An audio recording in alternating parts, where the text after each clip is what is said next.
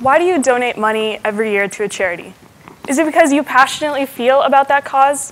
Or is it because you have this pressure from society to do so? Regardless of which category you fall in, you're part of the group that about 95% of Americans who actually do donate to a charity every year. And of that 95%, most American households donate about $3,000. $3,000, that's great, right? If every American household donated that much money, all our world's problems would be solved.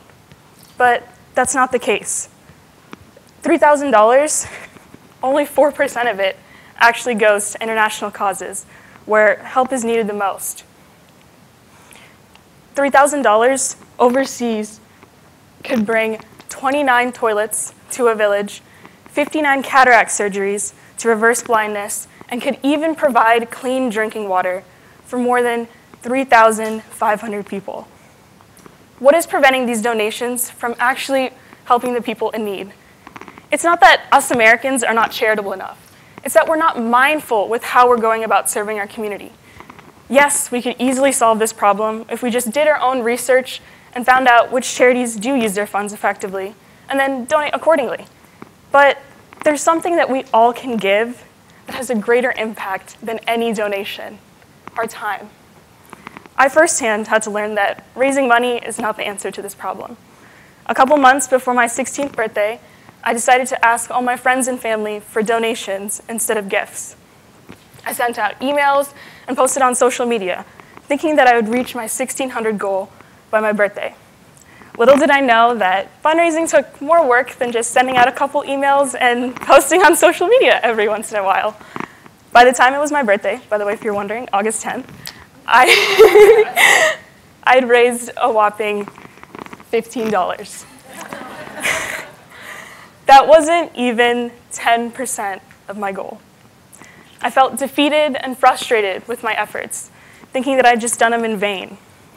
And I even somehow believed that I wasn't part of the solution to help bring clean drinking water to the over 663 million people who do not have access to it.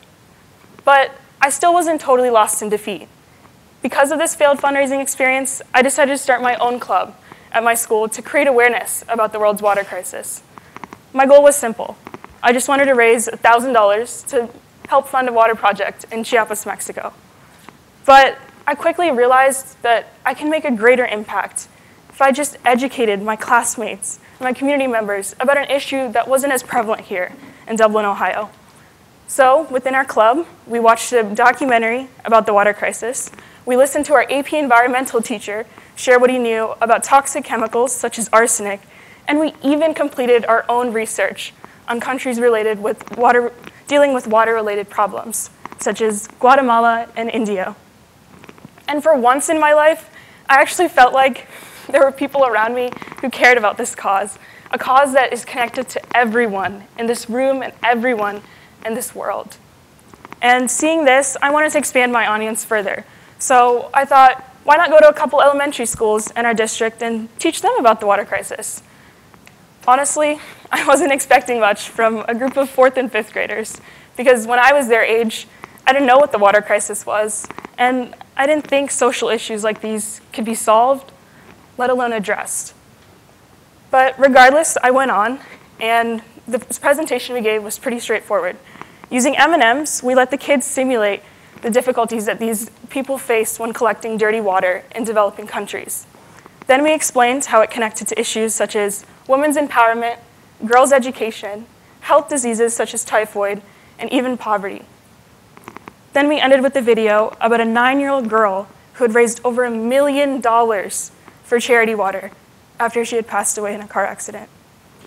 At the first school, almost all the kids were more interested in eating the M&Ms than actually completing the simulation and learning something about it.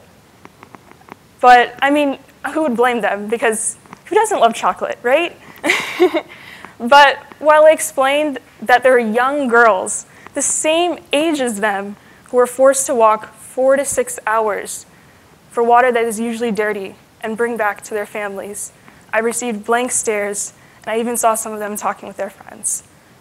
I felt like as if, once again, I'd failed to make an impact. And I started to rethink this whole education thing.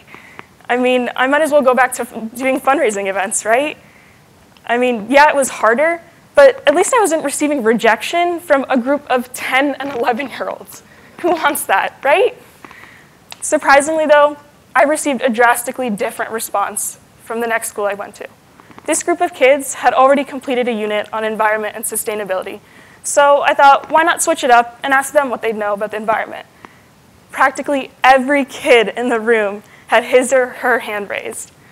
Every time one of them was sharing, I was learning something new too. And more than that, they actually connected with this issue. I mean, 10 and 11-year-olds were experts on the Great Pacific Gyre, a body of water in the middle of the Atlantic Ocean that is filled with plastic pollutants. I didn't even have any idea this existed till they told me. I mean, in that moment, I felt like I wasn't even qualified to give them a presentation on the water crisis. At this rate, they should be teaching me. And what hit home for me the most, though, was the shock I saw in the kids' faces as they watched the video about the 9-year-old girl who had raised all this money for charity water. They truly connected to this issue, and I knew it was something that they'd tell their parents about that night at the dinner table. The time these kids gave was so much more valuable than any monetary donation I could have raised because of the empathy they gave towards this cause and their willingness to learn about it. And I continued to learn this at our first annual water walk in Dublin this past April. Thanks to the support of Spanish teachers in our district who encouraged their students to participate, the 5K walk successfully raised over $1,000.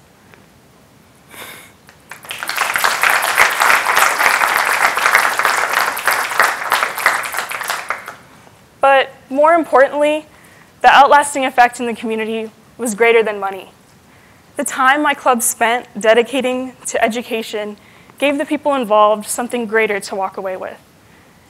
They actually had the knowledge about an issue they didn't know about before, and the resources to adequately help the cause. This wasn't a one-time event where you could just go and toss your spare change into a donation box and walk away. It was one where you actually had to care about what was going on and take the time to understand what the issue was. And in fact, we even had many people that asked, is this event going to be annual? And we even had others that asked, are there water clubs at other schools in the district? Through this event, we saw that education can motivate people to allocate their time towards social causes like these, instead of blindly donating money to them. Without taking the time to educate people on the water crisis, the Dublin community would not have expanded its perspective. Without community members giving their time for this cause, they would not have wanted to continue to give time for any social cause. It's because of this time that they were able to meaningfully help someone. Children thousands of miles away actually have a sense of hope because of time Dublin, Ohio dedicated to them. And that's saying something. And more than this, there's so much more that can go on just with the time that we can give.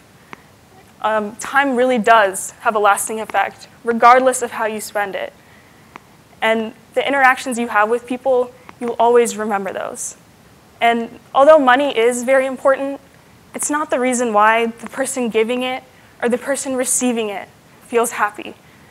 Whether it was my birthday fundraiser, the presentation we gave to the elementary students, or even the water walk, money has always seemed to act as a Band-Aid to these social issues. And it was just a mere short-term solution. Dublin, the state of Ohio, the United States, and the world doesn't need your money. They need you to be willing to give your time to educate yourself and to educate others about these social causes and encourage others to volunteer and to participate in these awareness events. We already spend and maybe even waste countless hours. But how many of those hours are we willing to fully give? Thank you.